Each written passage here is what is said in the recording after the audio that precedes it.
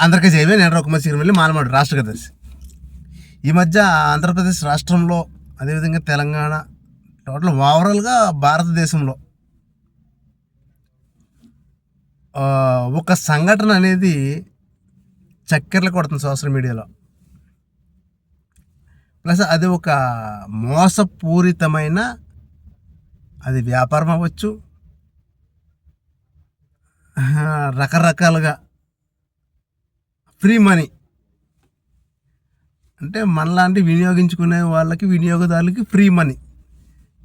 సబ్జెక్ట్కి వచ్చేద్దాం. ఇప్పుడు నేను చూపిస్తాను చూడు. మీ దగ్గర 5 రూపాయల నోట్లు ఉంటే మాకు ఇవ్వండి, మాకు ఫోన్ చేయండి, నాకు 20 లక్షలు ఇస్తాం, 30 లక్షలు ఇస్తాం. రూపాయి నోటు ఉంటే ఇవ్వండి, మాకు ఫోన్ చేయండి, స్క్రీన్పై చూపించిన నెంబర్ కానీ సోషల్ మీడియాలో చక్కెరలు కొడుతుంది. అదేవిధంగా 20 రూపాయల నోటు, అదేవిధంగా మళ్ళీ 10 రూపాయల నోటు ఏదో కమలం గుర్తుంటుంది. అదేవిధంగా మళ్ళీ రకరకాల ఈ అంటే పాత కాయిన్స్ అండ్ కరెన్సీ పేపర్స్ మొత్తం అన్నీ కూడా ఒక్కోదానికి ఒక రేటు. అది 786 ఉంటే దానికి ఒక ₹1,00,00,000 ఇస్తాము. ఇలాగ ఓకే, ఇవన్నీ మీరు చూసే ఉంటారు. కానీ ప్రాక్టికల్గా జరిగేది ఏంటంటే ఫ్రీగా ఎవడో మనీ ఇవ్వడు. ఇప్పుడు ఒక 5 రూపాయల నోటుకి 20 లక్షలు ఇస్తున్నాడంటే 5 రూపాయల నోట్లో ఏముంది? ఓన్లీ పాత కరెన్సీ సేకరణ అనుకో. సేకరణ అంటే ఏమో డబ్బులు ఇస్తాడేమో, 5కి 10 ఇస్తాడేమో, అంతే తప్ప నీకు లక్షలు ఎక్కడ ఇస్తాడు? దాంట్లో ఏముంటుంది? ఏమో డైమండ్స్ ఉంటాయా? ఇది అమాయకుల్ని మోసం చేయడం కోసమే. ఎందుకంటే స్క్రీన్ పైన నెంబర్ ఇస్తాడు, ఈ నెంబర్ కాల్ చేయండి, మీ దగ్గర 5 రూపాయల నోటు ఉంటే మీకు 20 లక్షలు ఇచ్చేస్తామంటాం. మనం ఆశపడిపోయి చేసేస్తాం. ప్రాక్టికల్గా ఒకసారి చేసి చూడండి. చేస్తే ఏమవుతుందో తెలుసా? నేను చేశాను ఆల్రెడీ. నా దగ్గర 20 రూపాయల కాగితం ఏదో ఓల్డ్ శాటిలైట్ ఏదో ఉంది అన్నాడు. అదే 5 రూపాయలకి నా దగ్గర పాత కాగితాలు అన్నీ ఉన్నాయి నా దగ్గర. ఎందుకంటే నేను ఒక పాత కరెన్సీ, పాత వస్తువులు ఇవన్నీ ఓల్డ్ అని నా దగ్గర ఉంటాయి. క్యాసెట్లు, టేప్ రికార్డులు, సీడీ ప్లేయర్లు, డివిడి ప్లేయర్లు, రకరకాలు నేను వాడేసిన గడిచిపోయిన కాలంలో వాడినటువంటి ఈ టూల్స్ అవ్వచ్చు, ఎక్విప్మెంట్స్ అవ్వచ్చు, రకరకాల ఎలక్ట్రానిక్ వస్తువులు అవ్వచ్చు, కరెన్సీ అవ్వచ్చు, అన్ని దగ్గర ఉంటాయి. అదో పురుగు. నేను అవన్నీ సేకరించుకుంటాను అనమాట. దాంట్లో భాగంగా నేను కాల్ చేశాను.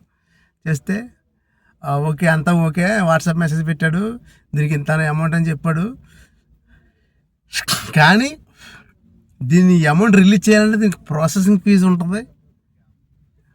మాకు ఫోన్పేకి ఎంత కొట్టండి, మాకు బ్యాంక్ అకౌంట్కి ఎంత కొట్టండి, 2,000 కొట్టండి, 5,000 కొట్టండి, 1,600 కొట్టండి, 3,000 కొట్టండి. 10,000 5,000 అడగట్లేదులే. ఒక 1,500 1,600 2,000 లోపే అడుగుతున్నారు. మనకేముంది 20 లక్షలు వచ్చేస్తుంది కదా, అయ్యి బాబోయ్ ఫ్రీ మనీ వచ్చేస్తుంది 20 లక్షలు. మనం ఇంకా కళలు కనేస్తారు. 20 లక్షలు వస్తున్నప్పుడు 1,500 కట్టడానికి ఏం పోయింది లేరా అని అనుకుంటారు. ఇది చాలా మోసపూరితమైన చర్య.